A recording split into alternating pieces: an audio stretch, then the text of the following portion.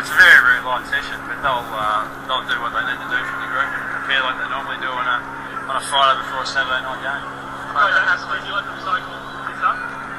Yeah, I think so. It's a little bit like our Super Saturday that we have on before a Sunday game, so it's good atmosphere. But you expect that in finals, and it's good to have the support of the brown and gold here, and I'm sure the players will really enjoy training in this sort of environment.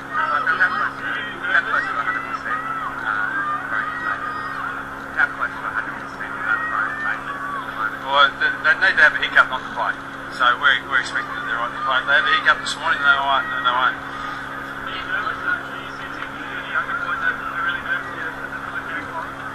No, not really. We've now played in 3 finals, so a lot of our lads, I think, have sort of got a little bit of experience in finals, and they performed really well in the first final last year, and then we're up in the clouds for the next final when we played against North Melbourne. And this year we had a long time to prepare for our first final, and I reckon our guys have got their head around what's required in finals, and we're expecting that they'll acquit themselves really well. Yeah, well, apparently he did. We weren't aware of it until this morning, but that's our routine. It is. He's had a scan on his foot, but that's no drama, and we'd be quite pleased if everyone read into that he wasn't going to play.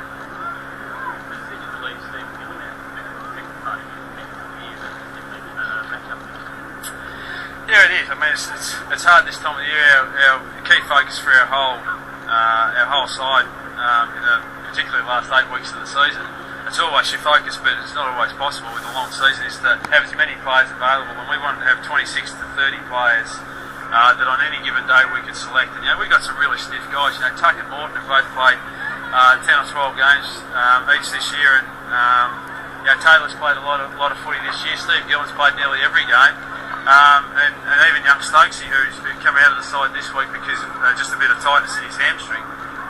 He's played a lot of footy too, but that's been the goal, to have as many as we can select from. And on any given day, depending on the opposition and the matchups you need, you have the flexibility, and we've been really pleased with that. Unfortunately, it's going to mean that 4 or 5 guys are going to miss out, but our side has changed every week throughout the last 4 or 5 weeks, and it will probably, if we manage to progress, it will probably change again for the next week's game. You obviously focus on the guys who are playing Clarko, but what do you tell them, the guys that are missing out? Do you have a quiet word with them? Because obviously it must be tough for them personally. Yeah, well, you do that with all your players, and it's never easy, guys who have opportunities like that, but it's not the end of the road. It's not like it's the end of their career and never to be played again. If we progress, they get an opportunity to be selected the week after, and certainly if they don't get selected then, it's more than likely, if they've been in the mix to play in finals for you one year, that they're still going to be at the club the next year. So we're pretty excited with the maturity of our group and the quality of the guys that we've got playing for us, and they handle disappointment particularly well, and we move on. But we've got to go with the 22 we think are going to win us the game. On the other side of that, Clarko, must have been good to deliver the news today. Do you think back in the squad?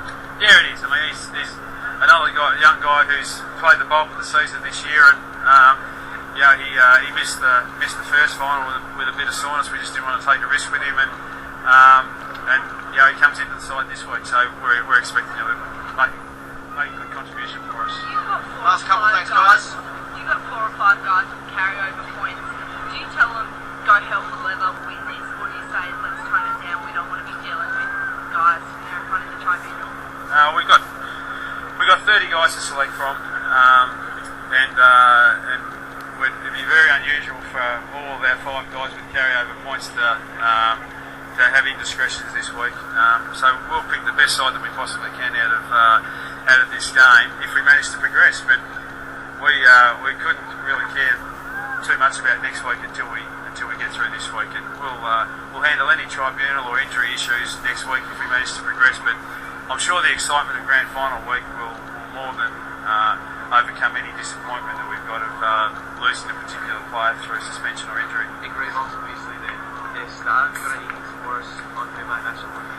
No, he's been in stellar form, Nick, and we saw the difference in the Security side from the Geelong game to the Collingwood game, and just the impact he can have on the game. So any guy on any given day is going to struggle to match up on him. It's more going to be the pressure that we can apply through the midfield. I mean, St Kilda are saying the same thing in terms of supply to Roughhead and Franklin as well. If the midfield battle is won by St Kilda, then whoever plays on Rewold is going to find it a tough day. Similarly, if we win the midfield battle, then we'd expect that Franklin and Roughhead are going to make a pretty sizable contribution for us. He had an impact in that round 16 game. Do you consider that result still relevant? Well, it happened a long time ago, and teams can get some confidence from previous outings, but both sides have changed a fair bit in personnel since that period of time, and Saturday night's a different game altogether, so we'll just take it as it comes and see how we go. Thanks all. Good night, you guys. Thank you.